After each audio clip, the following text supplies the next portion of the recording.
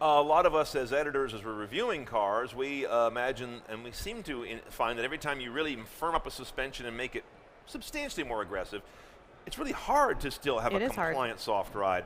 This is a constant battle, right? Those two never complement each other. Correct. Yeah, so we work together early on to set those targets for what the rubber bushings need to be and what the body rigidity needs to be. In the past, we've butted heads, but now we've learned how to work together to make those cooperate. And so we can handle well, have good ride, but still good noise and vibration at the same time. Does this come into your area at all? Things like squeaks and rattles. Is that part of the NVH engineering? Or is that it's a little bit separate, but it's it's still a concern. It still makes everything comfortable. Because nothing will interrupt the feeling of a solid, quiet, satisfying ride than chirps and squeaks. And we spend a lot of time and we conform ourselves into a lot of different ways, jamming ourselves in trunks to make sure to try and find where's that rattle coming from. What is that? Where is that? I mean, you can't sit there with a CAD console and find all these. Right? No. This is you're out on the road. You just put your hand on it. Is that it? Is that it? You're out on the road. That's good. That's interesting. Yeah, and we do have some jigs too, that shakers that we'll put instrument panels on to make sure those kinds of rattles are covered. But we'll go out on the road. We love to go out on the road. That's what our test engineers live to do. It's good to know there's still something in this big elaborate auto industry where you're just still pressing. Is that it? It's Honda's philosophy. Go to the actual place, and that's what I love about it. You've been with Honda a long time. I have. 20 years, you said? 20 years with Honda. And you've been in this field the whole time. NVH, right? Yes, NVH. Actually, correct. we have so many viewers and readers who always ask, how do I get into this aspect of the auto industry? How did you come into this? What was your education and previous work background that made you an NVH expert? So I grew up in Michigan. Always loved driving. Always loved cars. And I had an interest in noise, and I went to a school in Connecticut, University of Hartford. Now, interest in noise. Were you a musician, or you? I was a musician. That is correct. Yeah. So I loved music. I loved playing an instrument. I played the bassoon. No one plays the bassoon. That's very over here. Yeah.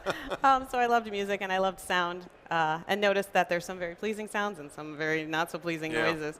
And so I went to school in Connecticut. It has an undergraduate acoustic program. And so I'm actually doing what I went to school for.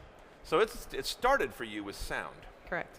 So when I'm in a car, and this is where we started our conversation, sounds can be subjective. An engine sound, a gear sound. I drive a lot of electric cars, and some of them, I get a lot of electric noises that I would think, I don't think I ever want to hear those, but maybe in the future that will be the new sound of a car.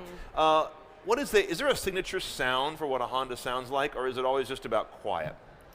It's not. It depends on what the target vehicle is. If you want a sporty sound, if you want a sportier flavor, Hondas tend to like to be a little bit sportier, have a little bit sportier flavor. So we like to hear pleasing engine noises. A little less isolated. No, not entirely true. There's a specific frequency that is a sporty kind of flavor. Oh, I like Nobody likes high frequency. Actually, so your ear, I'll give you a little. Yeah, school me. No one's watching. Give me the inside dope here. So your ear is actually extremely sensitive to 1,000 hertz, which is the frequency you speak at. And it's also the frequencies babies cry at. And your ear actually amplifies that noise. And it can be very irritating. And it's also around the wind noise frequency. So we try to get rid of that. Nobody likes that frequency. So everything you do to begin with is like make sure we're kind of reducing everything around 1K, because that's just. And that was our main focus for the 2018 Odyssey, was the cabin quietness. We wanted, you put your families in those cars, you're going on a long ride. Sometimes it's the only time the family's actually ever together, when you're driving your kids to practice, and so you're having those conversations with your kids. How was your day? What happened at school? And you don't want the vehicle's noise to fight your discussion, which is interesting because you also rolled that feature Honda did where I now have the ability to do cabin talking. Yeah. And obviously, you wanted to give them a quiet stage for that division to deploy that feature, I would imagine. So the benefit of cabin talk is when your kids are watching with the headphones on, you don't have to smack them and say, hey, what do you want? Oh, that's going to go through the headphones, and it'll stop the content on the TV. So it's like when you're flying and the pilot comes on and says, it's the same kind of thing. Okay, so that didn't have to fight cabin noise so much. That's already a closed circuit. It'll work in the cabin too, but it works with the headset as well. Okay. Now, we were talking a little bit about this idea of the frequencies that annoy. What are frequencies that delight? Are there any of those that you say, whenever we can bump this up or this up, people like that? Are there emotional frequencies that cars make? It can be subjective. Some people tend to like the low frequency rumble noise. Some other people like kind of a mid frequency to sound like, we call it an audible tachometer. You can tell when you're going faster. I can hear the car doing its thing. You can feel it, but you can also hear it, and it adds to the sense of excitement. Here's my pet theory. Tell me if I'm crazy. I finally have the right expert. I believe that a quiet car always feels faster than a loud car, even though you would think supercars are the loudest. But to me, when a car's quiet, it seems like it's more effortless, and I feel like it's quicker. Am I nuts? Some people would disagree with you. Yeah? Some people like to hear the engine to give that. A lot of people would disagree with me. To give that feeling like you're going faster. Yeah. And to hear it, it's all part of your senses. You can get pushed back in your seat, but if you don't feel it, and that hearing it, sometimes can be part of it. So it seems as though we do divide up into different camps. You can't just program to one human psyche. Different customers will have different responses to NVH and sound in particular. Absolutely. You have to kind of middle it and get the best, or get your signature onto sound. Right. You pick what you want and go to that area. If you want a quiet luxury vehicle, we can do that. If you want a sporty feel to it, you go different towards models that as well. obviously. Yep. And then once you know what you're doing, you can target those different frequencies. So one thing I want to ask you about is a technology that we see in a few cars. I don't think it's spread as much as I thought it would have by now, which is this active noise cancellation. We see it fairly frequently these days. Sure. It's not gutter to gutter in the industry yet. This is active noise cancellation. You guys use that in this new Odyssey or not? We do use ANC, active noise cancellation. And explain it in simple terms for the viewer. What does it do? It sends out, sound is waves. Frequencies are waves. And so to cancel that, you send out the opposite wave. Okay.